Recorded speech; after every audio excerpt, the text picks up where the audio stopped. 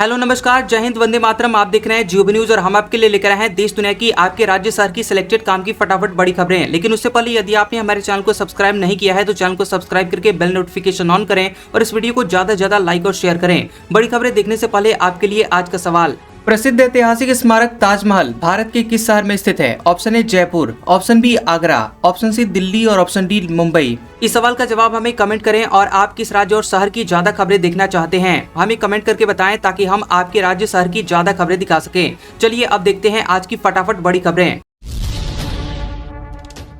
छत्तीसगढ़ के मेडकी गांव में चुगली करने पर लगेगा 5,000 रुपए जुर्माना, शराब बेचने और पीने पर 10,000 रुपए फाइन। दो पक्षों में विवाद के बाद ग्राम समिति ने लिया फैसला।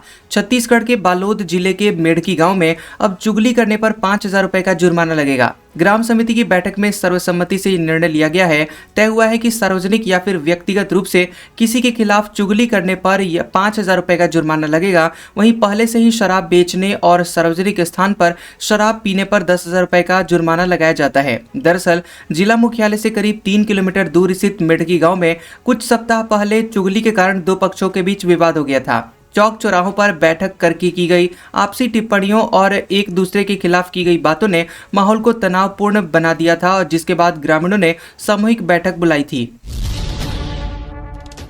पश्चिम बंगाल में एसआईआर, हर सीट पर औसतन 19,000 नाम हटे। टीएमसी बोली 1.25 करोड़ बंगाली लाइन में लगे हैं। भाजपा का आरोप, ममता को घोस्ट वोटर्स हटने का डर है। पश्चिम बंगाल विधानसभा चुनाव में 2-3 महीने ही बचे हैं और यहां अभी भाषण और रैलियों का शोर नहीं है, लेकिन सियासत भरपूर गर्म है। कोलकाता के न्यू मार्केट से चांदनी चौक, न्यू टाउन से जेसप बिल्डिंग और मुर्शिदाबाद के बेलडांगा से बर्धमान तक करीब 600 किलोमीटर के सफर में साफ हो गया कि अभी वोटर लिस्ट ही चुनावी रणभूमि में बनी हुई है। टीएमसी प्रवक्ता कुणाल घोष कहते हैं कि भाजपा ने एसआईआर से हमारी लड़ाई आसान कर दी है। 15 साल की सत्ता की कुछ एंटी इनकम्बेंसी होगी तो खत्म होगी। एसआईआर भाजपा के लिए उल्टा तीर हो गया है। वे फील्ड में नहीं जा पा रहे। भाजपा आयोग ने 1.25 करोड़ बंगालियों को लाइनों में लगवा दिया है। अमेरिकी सुप्रीम कोर्ट ने ट्रंप के टैरिफ रद्द किए। भारत पर 18% भी टैरिफ खत्म। नाराज ट्रंप ने 10% नया टैरिफ लगाया। जजों को कलंक कहा। अमेरिका में सुप्रीम कोर्ट ने राष्ट्रपति डोनाल्ड ट्रंप के दुनिया भर के देशों पर लगाए गए टैरिफ को रद्द कर दिया है। कोर्ट के इस फैसले से भारत पर लगा 18% रेसिप्रोकल टैरिफ भी अब अवैध घोषित हो गया है। दरअसल ट्रंप ने राष्ट्रीय सुरक्षा का हवाला देते हुए IEEPA कानून का इस्तेमाल कर अप्रैल 2025 में दुनिया के करीब 100 देशों पर टैरिफ लगाने का ऐलान किया था। सुप्रीम कोर्ट ने 6-3 के बहुमत से फैसला सुनाते हुए कहा कि ट्रंप को IEEPA कानून का इस्तेमाल करने का अधिकार नहीं है। यह अधिकार राष्ट्रपति को नहीं, सिर्फ संसद को है। फोन पे से बिना पिन डाले होंगे यूपीआई पेमेंट। फिंगरप्रिंट और फेस आईडी से कर सकेंगे 5,000 रुपए तक का भुगतान। डिजिटल पेमेंट दिग्गज फोन पे ने अपने यूजर्स के लिए एक खास फीचर लॉन्च किया है। अब यूपीआई ट्रांजैक्शन करने के लिए बार बार 4 या 6 अंकों का पिन डालने की जरूरत नहीं होगी। यूजर्स अपने स्मार्टफोन के बायोमेट्रिक ऑथेंटिकेशन यानी फिंगरप्रिंट या फेस आईडी का इस्तेमाल करके सीधे भुगतान कर सकेंगे। फोन पे ने बताया है कि इस फीचर का मकसद पेमेंट को पहले से ज्यादा सुरक्षित और आसान बनाना है। फिलहाल यह सुविधा एंड्रॉयड यूजर्स के लिए शुरू की गई है, जिसे जल्द ही आईफोन यूजर्स के लिए भी रोल आउट किया जाएगा। 1 अप्रैल से कैश में टोल नहीं दे पाएंगे। फास्टैग या यूपीआई से ही होगा पेमेंट। नकद लेन देन पूरी तरह से बंद करने की तैयारी। National highway authority of India NHAI देश के टोल प्लाजा को पूरी तरह से डिजिटल बनाने की तैयारी कर रहा है। 1 अप्रैल 2026 से नेशनल हाईवे के सभी टोल प्लाजा पर कैश ट्रांजैक्शन को पूरी तरह से बंद किया जा सकता है। इसके बाद टोल का भुगतान केवल फास्टैग या फिर यूपीआई जैसे डिजिटल माध्यमों से हो सकेगा। NHAI का उद्देश्य टोल ऑपरेशन को ज्यादा पारदर्शी और सही बनाना है। अभी देश के 1,150 से ज्यादा टोल प्लाजा पर इलेक्ट्रॉनिक टोल कलेक्शन सिस्टम लागू है। टैरिफ रद्द होने का भारत पर क्या पड़ेगा असर? ट्रंप बोले ट्रेड डील में कोई बदलाव नहीं। अमेरिकी अधिकारी ने कहा 10% टैरिफ ही लगेगा। अमेरिकी सुप्रीम कोर्ट ने राष्ट्रपति डोनाल्ड ट्रंप के दुनिया भर के देशों पर लगाए गए टैरिफ को रद्द कर दिया है। इसके कुछ घंटों बाद ही ट्रंप ने फिर से 10% टैरिफ लगाने का ऐलान कर दिया। ऐसे में भारत पर लगे टैरिफ को लेकर यह भी सवाल उठता है कि भारत को 18% टैरिफ देना होगा या फिर 10%। इसकी 2 वजह हैं। राष्ट्रपति ट्रंप ने शुक्रवार को प्रेस कॉन्फ्रेंस करके कहा कि भारत के साथ ट्रेड डील पर कोई असर नहीं पड़ेगा, ये पहले की तरह ही आगे बढ़ेगी।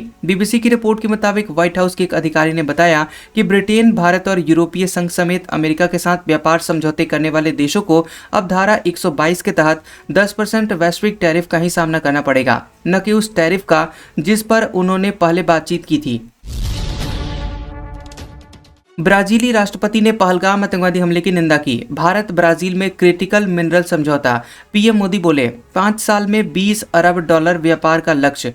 ब्राजील के राष्ट्रपति लूला डी सिल्वा 18 से 22 फरवरी तक भारत के राजकीय दौरे पर हैं। उन्होंने पीएम मोदी के साथ द्विपक्षीय बैठक की। इस दौरान लूला डी सिल्वा ने पहलगाम में हुए आतंकवादी हमले की निंदा की। उन्होंने ये भी कहा कि आतंकवाद किसी धर्म या राष्ट्रीयता से जुड़ा हुआ नहीं है। दूसरी ओर भारत और ब्राजील के बीच क्रिटिकल मिनरल्स और रेयर अर्थ एलिमेंट्स को लेकर समझौता हुआ है। पीएम मोदी ने कहा कि यह समझौता मजबूत सप्लाई चेन बनाने की दिशा में एक बड़ा कदम है। कैंची धाम बनेगा world class spiritual tourism centre. Neeb Karauli Baba के भक्तों के लिए बन रहा है मेडिटेशन सेंटर। कुटिया का होगा आकार।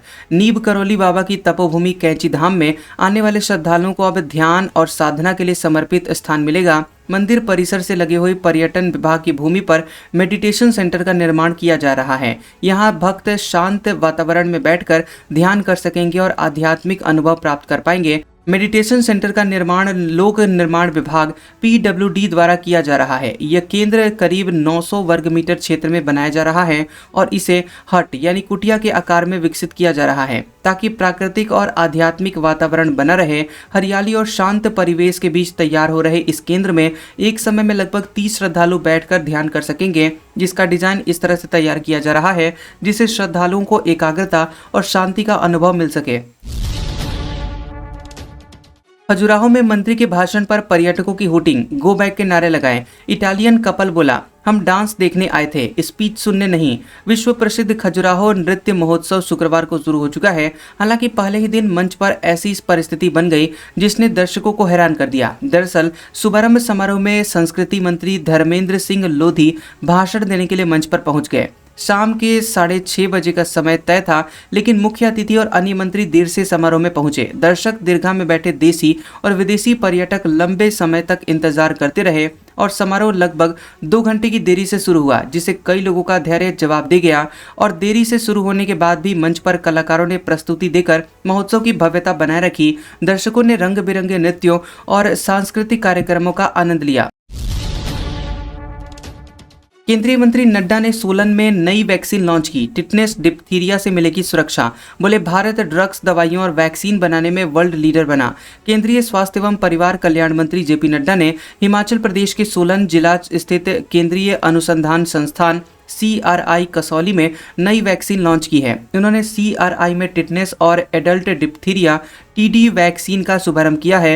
इस दौरान जेपी नड्डा ने कहा कि ये स्वदेशी वैक्सीन CRI के प्रयासों से बनी है। यह नई वैक्सीन किशोरों और वयस्कों के साथ साथ गर्भवती महिलाओं को भी टिटनेस और डिप्थीरिया से सुरक्षा प्रदान करेगी। TD वैक्सीन टिटनेस टॉक्साइड्स यानी TT वैक्सीन की जगह लेने के लिए डिजाइन की गई है, जिससे डिप्थीरिया के खिलाफ सुरक्षा भी सुनिश्चित हो सके। हिमाचल सीएम सुक्खू की तबीयत बिगड़ी, इलाज के लिए दिल्ली एम्स पहुंचे। टेस्ट कराने के बाद हिमाचल सदन लौटे। हिमाचल प्रदेश के मुख्यमंत्री सुखविंदर सिंह सुक्खू दिल्ली में बीमार पड़ गए। वह दिन में करीब 12 बजे उपचार के लिए एम्स दिल्ली पहुंचे। टेस्ट कराने के बाद सीएम सुक्खू वापस हिमाचल सदन लौट आए। अब उनका स्वास्थ्य ठीक बताया जा रहा है। हालांकि सीएम के स्वास्थ्य को लेकर मेडिकल बुलेटिन का अभी इंतजार है। बिग बी ने एमपी के नागदा को गांव कहा, केस हुआ दर्ज। कोर्ट ने थाने से रिपोर्ट मांगी। अमिताभ ने केबीसी में पानी की कमी से जूझता गांव बताया था। कौन बनेगा करोड़पति के 23 दिसंबर 2025 को प्रसारित एपिसोड में यहां मध्य प्रदेश के नागदा को लेकर की गई टिप्पणी पर विवाद खड़ा हो गया है। शो के होस्ट अमिताभ बच्चन द्वारा नागदा को पानी की समस्या से जूझता छोटा सा गांव बताए जाने पर स्थानीय स्तर पर आपत्ति जताई गई है। इस मामले में नागदा के judicial magistrate first class JMFC न्यायालय में परिवाद दायर किया गया है। न्यायालय ने परिवाद स्वीकार करते हुए प्रकरण को CIS यानी केस इन्फॉर्मेशन सिस्टम में दर्ज करने और संबंधित थाने से प्रतिवेदन रिपोर्ट प्रस्तुत करने के निर्देश दिए हैं। दरअसल किसी भी सिविल या आपराधिक प्रकरण को अदालत में प्रस्तुत किए जाने पर उसे CIS में रजिस्टर किया जाता है। इसके बाद पिटीशन को कोर्ट द्वारा स्वीकार यानी एक्सेप्ट किया हुआ माना जाता है और मामले की अगली सुनवाई 9 अप्रैल को निर्धारित की गई है। नासा ने माना सुनीता का अंतरिक्ष में फंसना खतरनाक था। इसे कल्पना चावला के साथ हुए हादसे जैसा माना। घटना को गंभीर कैटेगरी में रखा। अमेरिकी स्पेस एजेंसी नासा ने माना कि सुनीता विलियम्स का अंतरिक्ष में फंसना खतरनाक था और नासा ने इस मिशन को दुर्घटना की टाइप ए कैटेगरी में रखा है। इसी कैटेगरी को दुर्घटना की सबसे गंभीर कैटेगरी माना जाता है। चैलेंजर और कोलंबिया शटल दुर्घटनाओं के लिए भी इसी कैटेगरी का इस्तेमाल किया गया था। कोलंबिया शटल दुर्घटना में ही भारत की अंतरिक्ष यात्री कल्पना चावला का निधन हुआ था। 19 फरवरी 2026 को जारी 311 पेज की रिपोर्ट में नासा के प्रशासक जेरेड ईसा कमान ने लिखा कि सुनीता विलियम्स के मिशन में गंभीर खामियां थी। उन्होंने कमियों को नजरअंदाज करने के लिए एजेंसी और बोइंग की कड़ी आलोचना की है। अमेरिकी टैरिफ डील, राहुल गांधी बोले मोदी ने विश्वासघात किया। खरगे का आरोप, सरकार ट्रंप की ट्रैप डील में फंसी, भारत से भारी रियायतें छीन ली। बता दें कि अमेरिकी टैरिफ डील पर विपक्ष फिर से मोदी सरकार पर हमलावर है। कांग्रेस नेता राहुल गांधी ने पीएम मोदी पर समझौता करने का आरोप लगाया और कहा कि उनका विश्वासघात अब उजागर हो चुका है। उन्होंने दावा किया कि पीएम इस व्यापार समझौते में फिर से आत्मसमर्पण कर देंगे। उधर कांग्रेस अध्यक्ष मल्लिकार्जुन खड़गे ने कहा कि टैरिफ पर अमेरिकी सुप्रीम कोर्ट के फैसले का इंतजार किए बिना मोदी सरकार ने इसे इतनी जल्दीबाजी में उसे एक ट्रैप डील में शामिल क्यों हुए जिसने भारत से भारी रियायतें छीन ली। दिल्ली में आतंकवादी हमले का अलर्ट, लाल किले की सुरक्षा बढ़ाई गई। चांदनी चौक का मंदिर भी निशाने पर, धार्मिक ऐतिहासिक जगहों की सिक्योरिटी बढ़ाई। केंद्रीय खुफिया एजेंसियों से मिले इनपुट के बाद दिल्ली में सिक्योरिटी बढ़ाई गई है। लाल किले के आसपास आईडी ब्लास्ट की आशंका को लेकर अलर्ट जारी किया गया है। खुफिया एजेंसी के मुताबिक पाकिस्तान स्थित आतंकवादी संगठन लश्कर-ए-तैयबा (LET) ने भारत के प्रमुख धार्मिक स्थलों को अपने निशाने पर रखा है। सूत्रों के मुताबिक चांदनी चौक इलाके का मंदिर भी आतंकवादियों के टारगेट पर है। इसके चलते दिल्ली के प्रमुख धार्मिक और ऐतिहासिक स्थलों पर सुरक्षा बढ़ा दी गई है। हालांकि इन सूचनाओं की अभी जांच की जा रही है, लेकिन एहतियात बरती जा रही है। पुलिस बोली AI समिट में प्रदर्शन नेपाल जेनजेड आंदोलन जैसा। कांग्रेस के खिलाफ भाजपा का देश भर में प्रदर्शन। महाराष्ट्र में राहुल को काले झंडे दिखाए गए। दिल्ली में भारत मंडपम में AI समिट में हंगामा करने वाले कांग्रेस के 4 कार्यकर्ताओं को पटियाला कोर्ट में पेश किया गया। पुलिस ने कहा कि प्रदर्शन करने वाले नेपाल के जेनजेड आंदोलन से प्रेरित थे और यह प्रदर्शन एक बड़ी साजिश का हिस्सा था। हंगामे के दौरान कई ग्लोबल लीडर्स और टेक इंडस्ट्री के एक्सपर्ट्स वहां मौजूद थे। पुलिस ने कहा कि हमें जांच करने और आरोपियों के पीएम मोदी के चेहरे वाली टी-शर्ट पहनी थी उसे किसने प्रिंट कराया, इन सभी के मोबाइल रिकवर करने की भी जरूरत है। इसके बाद जुडिशियल मजिस्ट्रेट रवि ने सभी 4 आरोपियों को 5 दिन की पुलिस रिमांड में भेज दिया है। अजीत पवार के भतीजे का आरोप, प्लेन क्रैश बड़ी साजिश। दुर्घटना के समय कई धमाके हुए थे। विमान में पेट्रोल के डिब्बे रखे गए थे। राष्ट्रवादी कांग्रेस पार्टी शरद पवार गुट के विधायक रोहित पवार ने अजीत पवार के प्लेन क्रैश पर फिर से सवाल उठाए हैं। उन्होंने दिल्ली में एक प्रेस कॉन्फ्रेंस में स्क्रीन पर डेटा और फोटो दिखाए। उन्होंने कहा कि ब्लैक बॉक्स को लेकर शक जताया जा रहा था। उनके मुताबिक दुर्घटना के समय सिर्फ एक धमाका नहीं हुआ था, बल्कि कई धमाके हुए थे। विमान में सामान रखने वाली जगह पर अतिरिक्त पेट्रोल के डिब्बे रखे गए थे, जिससे आग भड़की। सभी पहलुओं की गहराई से जांच होनी चाहिए। उन्होंने कहा कि अगर साजिश की बात करें तो ये 2 तरह की हो सकती है, राजनीतिक या फिर व्यावसायिक। अभी ये पता लगाने की कोशिश की जा रही है कि इस मामले में किस तरह की साजिश शामिल है।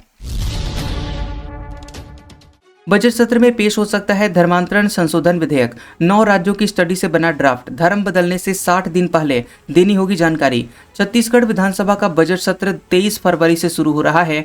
20 मार्च तक चलने वाले सत्र में कुल 15 बैठकें प्रस्तावित हैं और इस सत्र में 1000 से अधिक प्रश्न लगाए गए हैं। 12 से ज्यादा विधेयक पेश किए जाने की तैयारी है। इनमें धर्मांतरण संशोधन विधेयक भी सदन में पेश होने की संभावना जताई जा रही है। राजनीतिक सरगर्मी के बीच दोनों प्रमुख दलों ने अपनी अपनी रणनीति बनानी शुरू कर दी है। भारतीय जनता पार्टी ने 23 फरवरी को विधायक दल की बैठक बुलाई है, जबकि नेता प्रतिपक्ष डॉक्टर चरण दास महंत उसी दिन राजीव भवन में कांग्रेस विधायक दल के साथ बैठक करेंगे। आज का सुविचार, जब जेब में रुपए हो तो दुनिया आपकी औकात देखती है और जब जेब में रुपए ना हो तो दुनिया अपनी औकात दिखाती है। कैसा लगा ये वीडियो हमें कमेंट सेक्शन में जरूर बताएं। वीडियो पसंद आया हो तो वीडियो को लाइक और शेयर करें और ऐसी इंटरेस्टिंग वीडियोस देखने के लिए हमारे चैनल GOB न्यूज को सब्सक्राइब करें और बेल आइकॉन को दबाएं। और हमारे ओल्ड और लेटेस्ट वीडियोस देखने के लिए हमारे प्लेलिस्ट और कम्युनिटी टैब को जरूर चेक करें। तो मिलते हैं अगले वीडियो में, तब तक के लिए आपका शुक्रिया।